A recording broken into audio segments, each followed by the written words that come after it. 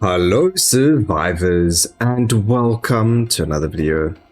In today's video we are back in Don't Die Collect Loot. We are going to be doing a nightmare run. I want to just show you the build, so we're going to get straight into it quickly.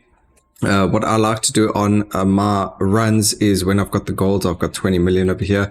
I like to make sure that the map scroll speed is at least 12. Monster level, it is nightmare, so it is really difficult. So I'm actually going to keep the monster level down and it will just scale on its own. And I haven't really gone very far in nightmare, so we're going to take a look at it and see where we can go. There are more high powerful level monsters. Also, nightmare drops their own stats. So we do want to actually land up doing nightmare to get a lot, what's the wording I'm thinking of, to get a lot stronger.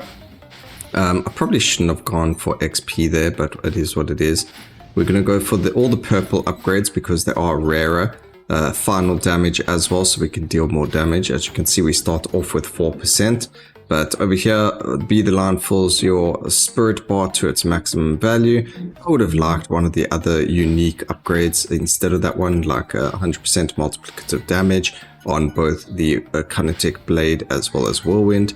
But it is what it is. We'll get there eventually.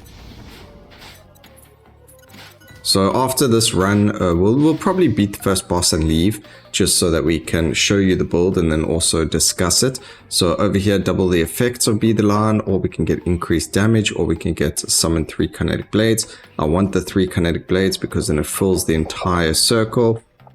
And then we're going to go over here for mushrooms. Mushrooms are always fun to kill, very easy. They have increased max life. But there are things that we're trying to look for, things that are going to make things a lot easier for us. And those are going to be anomalies. So if we find one, I'll speak about it and show you what it is that I'm talking about. But that's if we find one. Usually on the sides, you'll see like a weird teleporting effect. That's what we're looking for. Hopefully we are able to find it. So over here, we got mushrooms again. We are going to reduce our max res, which we're not going to do, so we're going to go for the bees. Not really worried about block 10. As long as your resistances are capped, you should be good with surviving. So make sure your resistances are capped when you are doing these things, and you should be a-okay with survival. Life does go up every time you every time you level up, so we don't have to worry about life up or increased life. As long as we keep killing and leveling up, we'll keep getting more and more life. Over here, we could, like I mentioned, you don't really have to worry about the max life too much. We're going to go with the orbit speed, grab and increase a shrine and XP upgrade over there, and we're going to go for the upgrade here. We're going to go with Kinetic Blade upgrade. We will eventually get Whirlwind channels tick twice, but the kinetic damage is going to be more important. We're going to go with this. Unique items. I don't really want the unique items, but the modifiers are slightly better than what we had. Although I could land up getting better unique items, like my chest piece. My weapon could be upgraded as well. We didn't go get that chest. That was a bit of a fumble there. Here we get a Slime Godkin spawning in. We've got to stay near him. I do want you to take note of these tornadoes. They are going to be something that we are going to talk about in the build once we get after this nightmare run. You're going to notice that they are a special effect from the skill tree.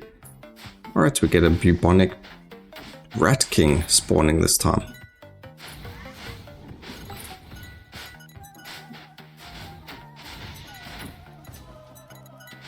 Speed up over here, not that it really is necessary, but it's a shrine nonetheless.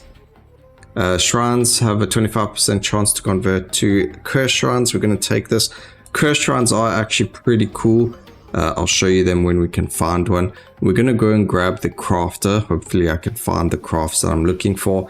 There's specific crafts that we want from the crafter. And one of the most powerful ones, there's two powerful ones. One is that you can actually change a unique item. So you can upgrade your uniques, add stats to them. The stats added are random. So you kind of got to be like, oh, great, I got this. Or otherwise you're like, oh, no, that's bad. So This is a curse shrine. As you can see, it increases our research point XP, but it also increases rare monster spawn. Or we can go and increase our scroll speed. That's why we go for a certain scroll speed. It does eventually level up on its own using things like this. And we're going to go with the rare monster spawn so we can get better loot. We don't need the scroll speed right now.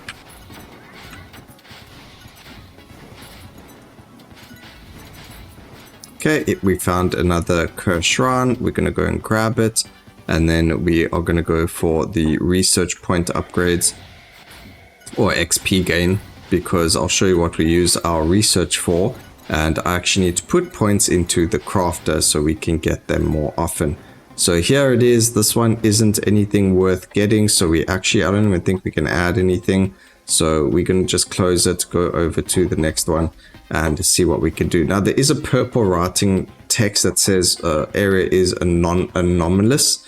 Those are the ones that we kind of want to look for, because those stages will have these teleporters on the side, and these teleporters take you to an area where you're going to land up getting a lot more better crafting options if you do get the crafter. So that's what we do look for. We got to hope that it's the crafter that we see in this area, and if we do, it lands up being really, really good.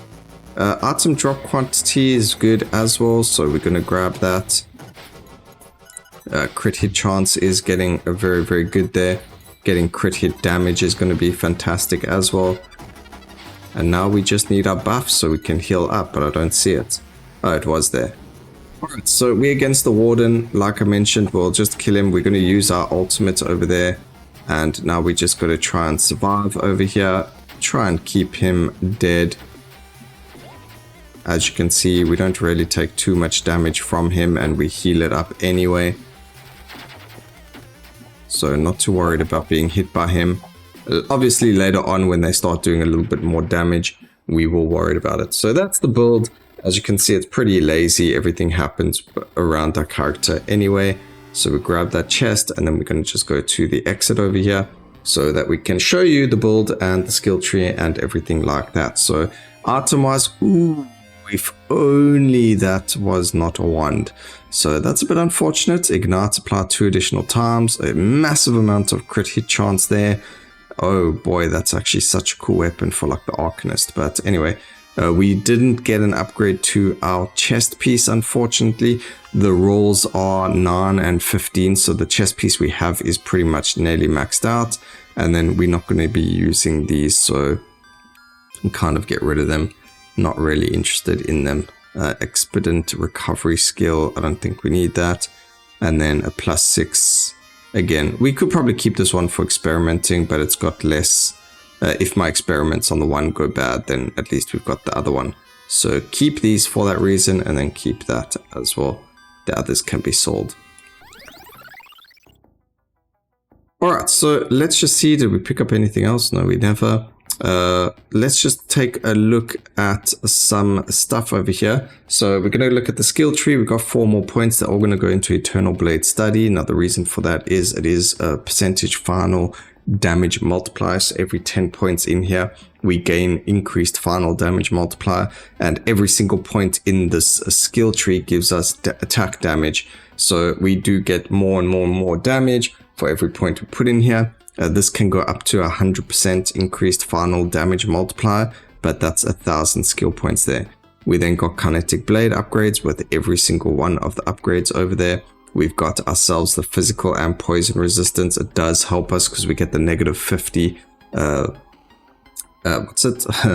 resistances, -50 resistances from nightmare mode. We then got some points in hero to give us more buffs to be the lion, as well as reduce its cooldown, as well as increased block chance, increased damage multiplier, as well as additional elemental resistances. This we need to get rid of. It is stuck on our shield. If we go take a look at that, our shield, it is our shield. The actual shield itself has +2 to shield toss. So we do need to kind of look for a new shield, because heroic defense as well. I don't think we even use that. So let's just take a look. We do, so that's fine. So we need to look for another shield with a heroic defense that doesn't have the +2 to shield charge, but because it's got that, that's why I've kept it. Next, we've got HP regen. We've got a Whirlwind, which is our main skill, as well as Kinetic Blade. But Whirlwind, which is level 29, level 8 out of 7 Mossolo. Storm attunement, which makes all of our damage convert to lightning. We get the Lords of Storm. I did mention earlier in the video to take a look at these tornadoes. That's what the Lord of Storm is. It creates these tornadoes or whirlwinds that then go and attack enemies. There's a 3% increased chance to summon them. I've actually left the points off of here because I haven't found it necessary. I found that the 30% chance with how often we're hitting is more than enough. And then we've got 18% chance to shock enemies. We do need to work on that with some resistances reductions. So we get a debuff on enemies, reducing their resistance. We overwhelm enemies that they take 2% of their maximum life when we can heal, 2% of our max life when enemies die. That's if they're overwhelmed, which is what this is. And then exploding end is when enemies are overwhelmed. There's a chance for them to explode, dealing 50% of their life as fire damage to nearby enemies. And then we've just got increased damage, increased physical damage for our spirit. And then our ultimate, which doubles the amount of spirit we have and triples the effects that our spirit has. So very, very strong, very cool little build. And we do just need to work on a little bit of our gear, but otherwise it's really good. So this is the Gambler. Not really anything happening over here. +4 to Whirlwind, which is increased, but we didn't get the right upgrades to it. So I am looking for a better weapon still. I'm looking for other things as well to kind of get things going, but we can lock that and mess around. Actually, we don't even need to. The level's way too low over there. So it's pretty cool. Reason you would want to level up stuff is because you so we can actually go and do this quickly. I don't know why I right click these. We're going to just get rid of them. So if we go to the crafter right now and we click on this, there is an increased level over here. So what you would do is you would try and get this all the way to like level 100 if you wanted to.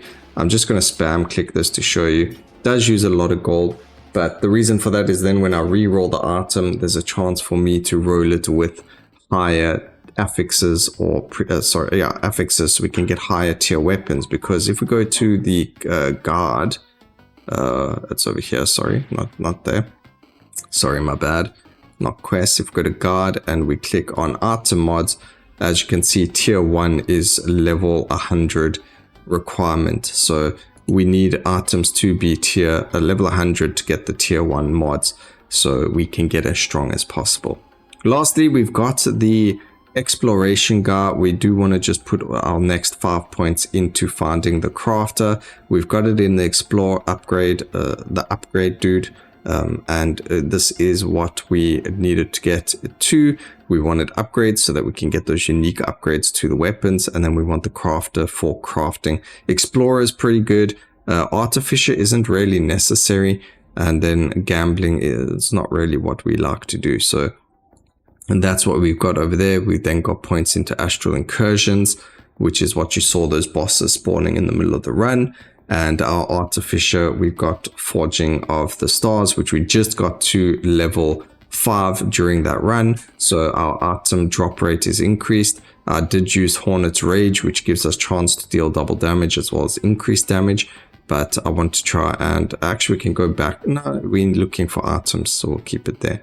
But that's the upgrade video, update video. I hope you guys enjoyed the video. Please remember to like, comment, and subscribe for more videos like this in the future. And always remember, keep safe, survivors. Until next time, cheers.